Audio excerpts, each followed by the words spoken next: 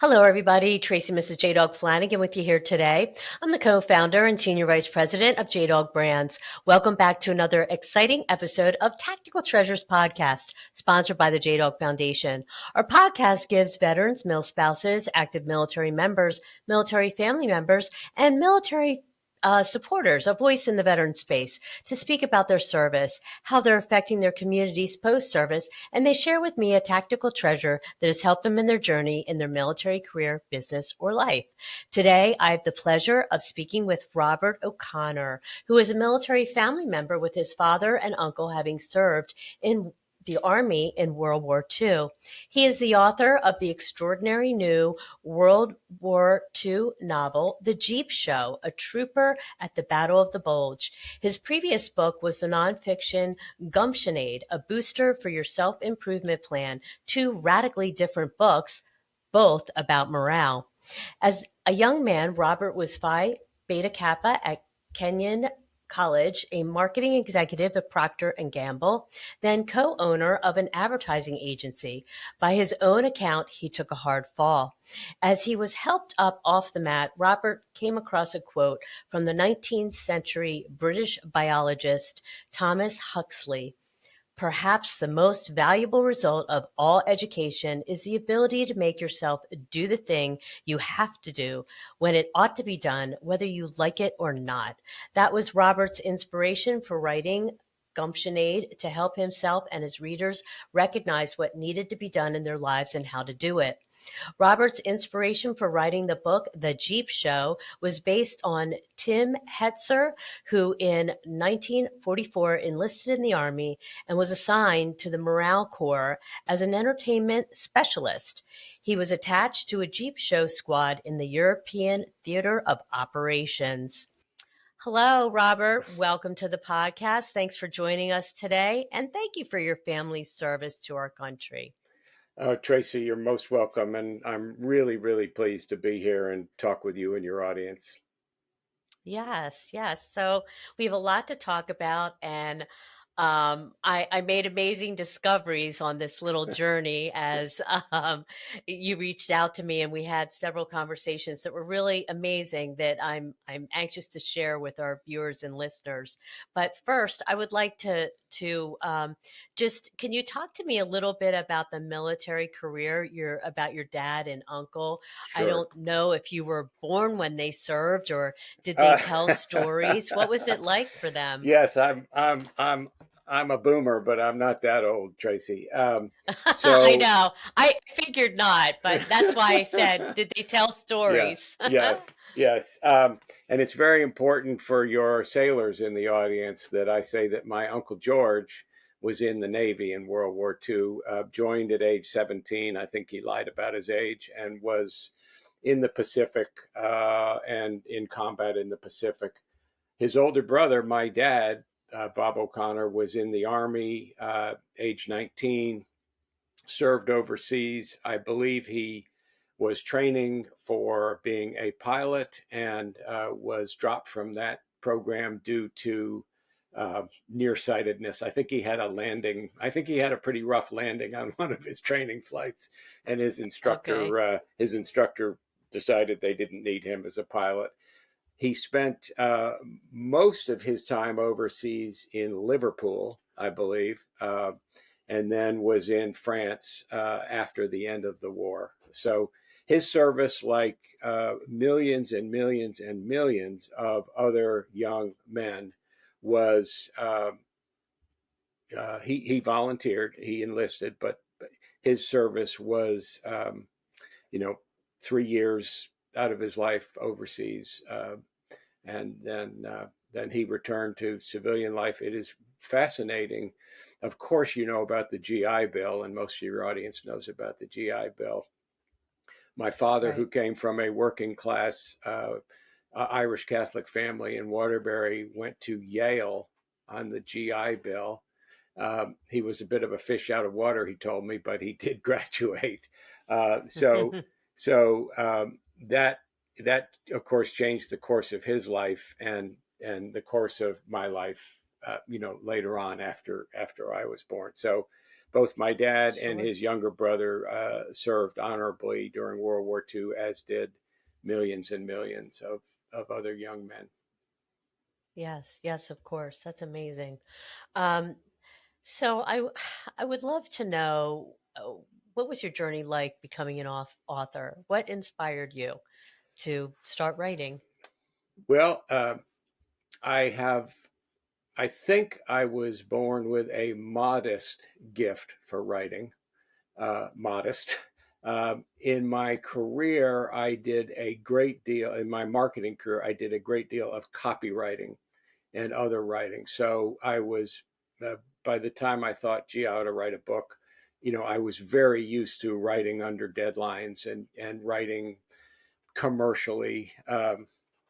And then I went through a period, as you were kind enough to say in the introduction, life hit me in the face pretty hard during a time many years ago, and I went through a period of just being super low, and I had an ad agency to run at the time, and so I felt I needed to show up for work and sit at my desk, even though I was useless. Um, and I just started journaling about how I had gotten in this situation and how I might get out of it. And that Right. helped me a lot. It was kind of therapeutic. And then I got better. One day I woke up and I was better, and I just kept working on that journal. And in, I think, 6 short years, Tracy, I turned it into my nonfiction book, Gumption Aid. I didn't really know how to write a book. I think in my first draft, chapter 9 was 300 pages long. And other, Oh, wow. other, fortunately, it didn't end up that way, and other oddities.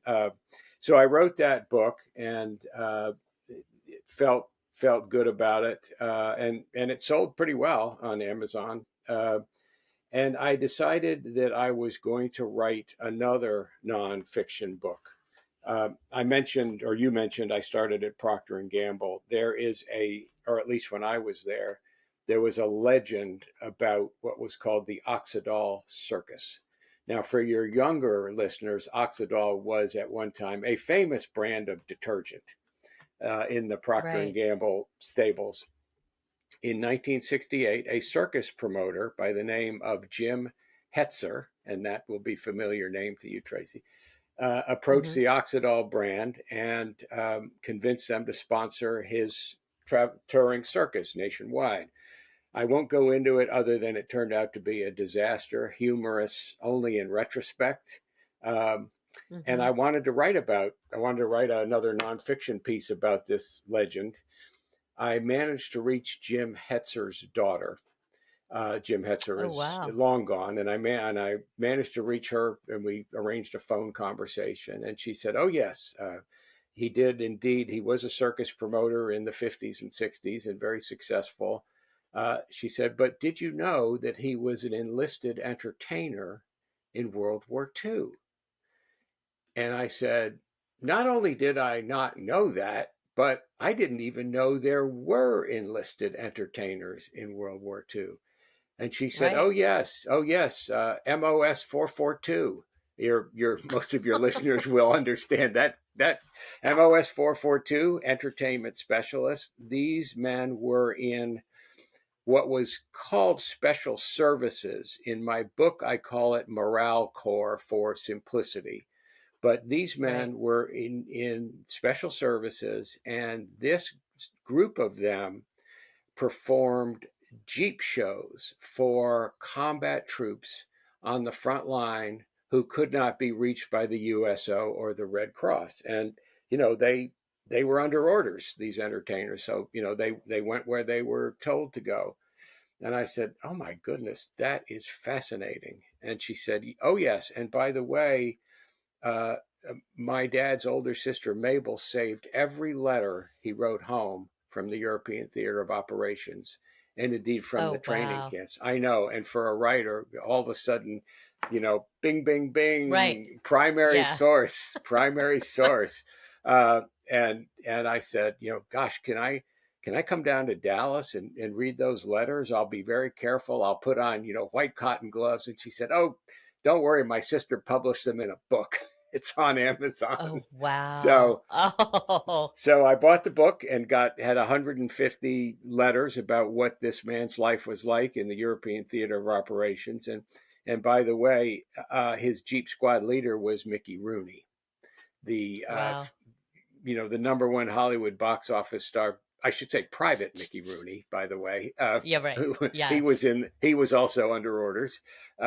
And So I had these letters, and then I found on the internet, the infinite internet, the Army's guide for the Morale Corps written in 1944. So I had that background as well, and what kind of microphone you hooked up to the Jeep's battery, and what kind of trailer M17, and what was Wow. available, and certain instructions about don't ever embarrass your officers with your Right. comedy routines. Right. So given that, I had all this primary source, and it struck me that um, I would like to involve. So Private Jim Hetzer, inspired the book. The book is fiction. And one of the main Right. reasons it's fiction is I really wanted to write about the Battle of the Bulge from the point of view of a somewhat confused entertainment soldier who is Right. caught up in Yeah. it, who makes a stumbling but fighting retreat from the front lines of the battle to Bastogne, is part of Team Snafu at Bastogne, supporting the famous 101st Airborne Division, which is Wow. also another lesser known story. So that was my journey, and it we talked a little about my dad. To write about all this made me feel closer to my dad. There's a chapter where the protagonist goes over to Europe on the Queen Mary. The Queen Mary, was the fastest luxury liner in the world. It was turned into a troop ship in World War II.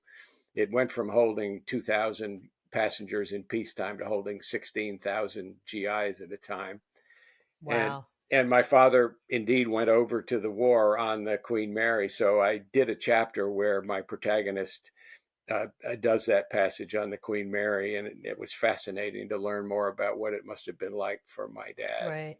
Uh, Right. so And this is I find this amazing because you hear of the USO, the Red Cross, and um many entertainers right, right, in World War II going making a specific you know spot to go and entertain the troops.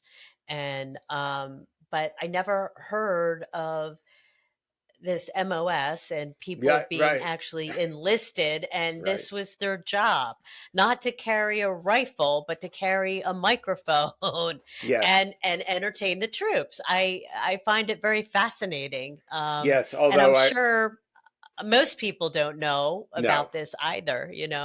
two things, Tracy. I have talked to many, as you can imagine, with this book, many World War II buffs, and that none has ever heard of it. And I've also talked to several historians who make their living Wow. writing about World War II. So and they've never heard of it. And by the way, although they did carry a microphone and a few props, they did also carry their rifle. Usually it was an Oh, M1 okay. or possibly a carbine for Mickey Rooney because he was kind of short. So they Right. were, they went through the same basic as the other soldiers. They just weren't put in. The role they were put in was frontline entertainment. Right. Right. Um, Wow. you might be That's interested, your amazing. audience might be interested. Mickey Rooney, as I said, was a 442, an entertainment soldier. He was, of course, already world famous. There are several other men who were morale corps soldiers who became incredibly famous, but they were just, 19, 20-year-old kids when they were doing this. So you've heard of Mel Right. Brooks, of course, young Oh, Frankenstein. yeah. Uh, Uh-huh. Red Skelton, who was a famous comedian in the 50s and 60s. Yes, I've Burt, heard of him. Burt Lancaster. Well, yeah, I thought you're too young to have heard of these people, but I certainly know their names. Well, but they continued to entertain Yes, yeah, since they were they, way older. So, yes, in my youth, right. when We'll I was say a that. young girl, I heard Yeah, about these people. yes. Dick Van Dyke, Burl Ives. So there were Oh many yeah, of these men wow. went on. So yes, it was a fascinating. And until I wrote this book, little known phenomenon of the Army in World War Hello, II. viewers and listeners.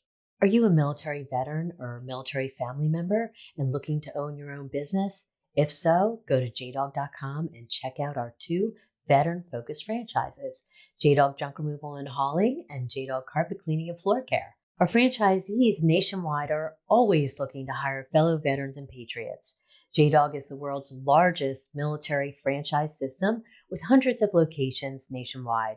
We are nearly 90% veteran owned with the goal of reducing the veteran unemployment rate to under 1%. Check us out. Go to jdog.com to learn more. Now, back to the podcast. Wow, that's amazing.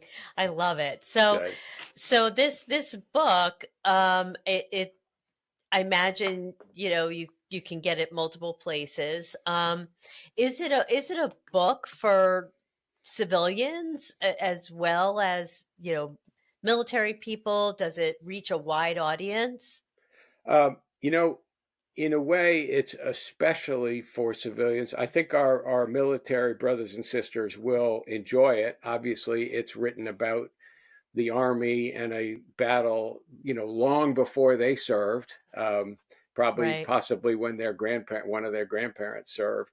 But for the audience, the civilian audience, I wrote it especially so that people who are not interested in reading nonfiction about World War II, and there are many brilliant nonfiction books. I wrote it so people that are not interested in that, but are interested in reading a really good story, would get the good story, but also come away understanding much more about what it was like to be, especially to be an enlisted man in the Army in World War II. There was the Army in World War II was very much, as it is now, citizen soldiers, and they Hmm. were, as you'd expect, they were a little skeptical towards their officers. There, some officers they respected deeply, and other officers they tolerated.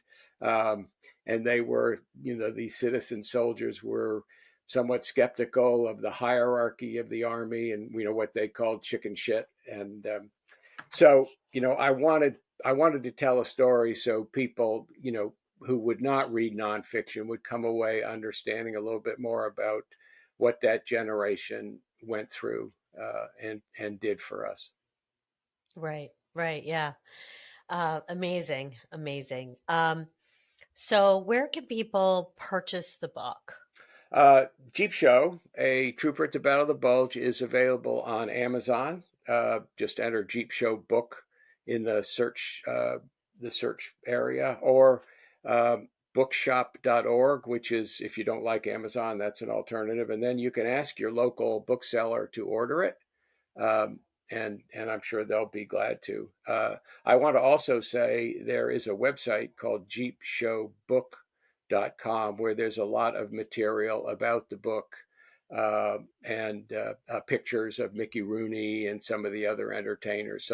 So people can also get a flavor of it from going to jeepshowbook.com. That's great. Great information. Um, Thank you for that. So this has been awesome. What a history lesson. I love it. You're very kind. Um, um, but we come to the time in the show, Robert, where I have to ask you, what's your tactical treasure? What would you Uh, like to share with us Yeah, today? thanks for that. It's such a good question, and I was listening to some of the tactical treasures by some of your veterans and even active duty guests, and they've been pretty inspiring.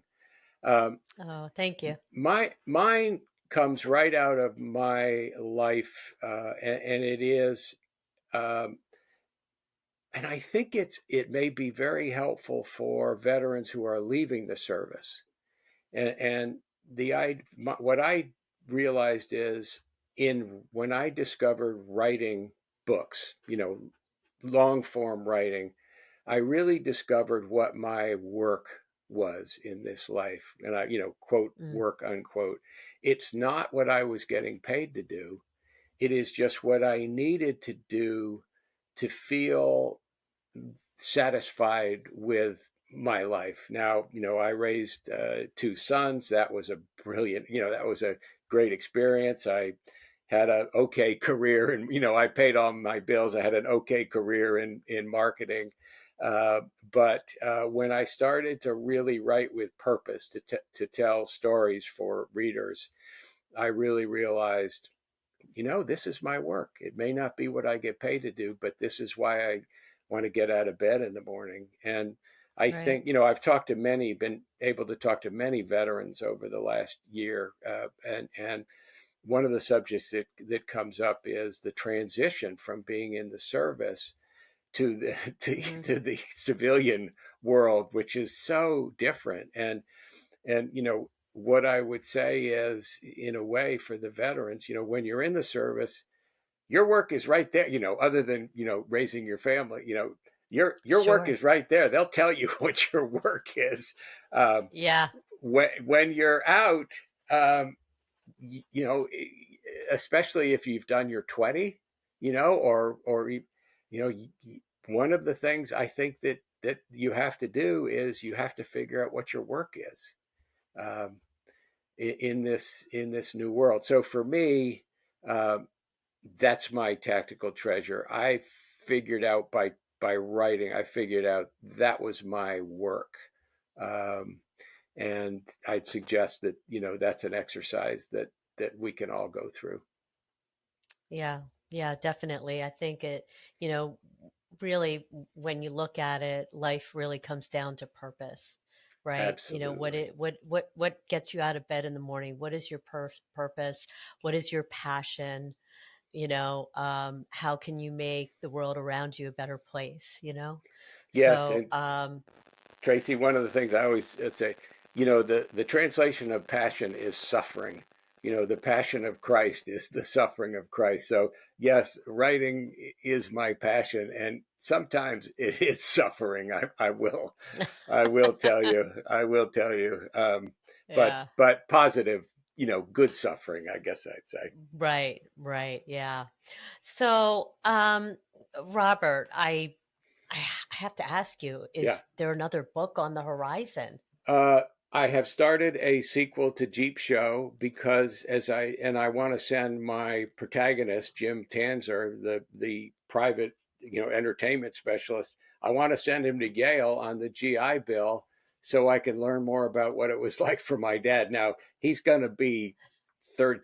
My protagonist is going to be 32, and he's got a family when he goes on the GI Bill. So Okay, who knows how that'll turn out, but I definitely tell the story of all these millions of servicemen who came home and what their life was like, for the next several years. So that's my plan, right. Tracy. We'll see how it Oh, turns out, but yeah. that's my I love plan. it. Yeah, well, something to you're look forward to. I love it. you're very Um, kind. so, Robert, before you go, this has been amazing, by the way. Thank you so much for sharing everything. And we'll have to stay tuned for the sequel. That's exciting. We can look forward to that. suffering Um, suffering but ahead. suffering ahead, right? Um, can you tell us, where can people find and connect with you? And then could you just tell us again where people can Sure. purchase the book? Sure. Connect with me on the website jeepshowbook.com. And then the book is available on Amazon and bookshop.org, and just enter Jeep Show Book in the search area. I think it Okay, is. great. I think Amazon has it on sale for the next few weeks as well. So don't Oh, hesitate. wow. Don't hesitate. Okay, I love it. That's great. Great information. Robert, this has been amazing. Thank you so much for your time today. Thank you for coming on and sharing all that you did. Really exciting. I feel more knowledgeable about World War II. Who knew, right? Right. Who knew? Thank you very much, Yeah. Tracy. It's been a privilege. Thank you. Hello, viewers and listeners. Thank you so much for tuning into this episode of Tactical Treasures. We've just finished up a very interesting and enlightening conversation with Robert O'Connor, who is a military family member and the author of the extraordinary new World War II novel, The Jeep Show, A Trooper at the Battle of the Bulge. Jeep shows were small variety shows done for combat troops in forward areas too dangerous for the USO or the Red Cross. Jim Hetzer often worked with Private Mickey Rooney. Hetzer's story inspired O'Connor to write Jeep Show, now a Book Life Editor's Choice selection. It's a fascinating book at a part of the military that many folks probably have never heard of. The characters, both real and imagined, are well drawn, and the author has a knack for dialogue that rings true. There's also humor, thanks in no small part to Rooney's presence. The interjection of real life characters, particularly Rooney, isn't jarring. In fact, it serves as a useful reminder that Jim Hetzer was a very real person. Kirkus Reviews wrote, "It seems odd to call a World War II novel delightful, but that's exactly what you get with O'Connor's mix of history and fiction as battles rage on and enlisted men entertain the troops. Jeep Show is a compelling mix of showbiz and war, laughter and tears, a fine line that O'Connor walks well, a wild ride with entertainers serving during World War II. To purchase the book, you can check out Amazon or bookshop.org or jeepshowbook.com. You can also connect with Robert on the website jeepshowbook.com. Also, just wanted to mention, for every book sold, Robert will donate $1 to Shields and Stripes, whose mission is to provide first-line defenders the opportunity to heal visible and non-visible wounds. Again, thanks for tuning in. Don't forget, you can find Tactical Treasures podcast on all your favorite podcast platforms, as well as Vet TV, American Grit, and our dedicated YouTube channel. We are now airing on Reese Across America Radio on Wednesdays at 5 p.m. Eastern and Saturdays at 10 a.m. Eastern for the encore. You can also find Reese Across America Radio on the iHeartRadio app, the Odyssey app, and the TuneIn app. We are also proud to share that our JDog Foundation is a Reese Across America sponsorship group. For each $17 Veterans Wreath you sponsor, $5 goes directly back to the JDog Foundation, whose mission is to prevent veteran suicide and heal veterans' mental health and PTSD. You can donate right now at reacheacrossamerica.org/JDog. Again, thanks for tuning in, and we'll see you again on another podcast real soon. Bye-bye now.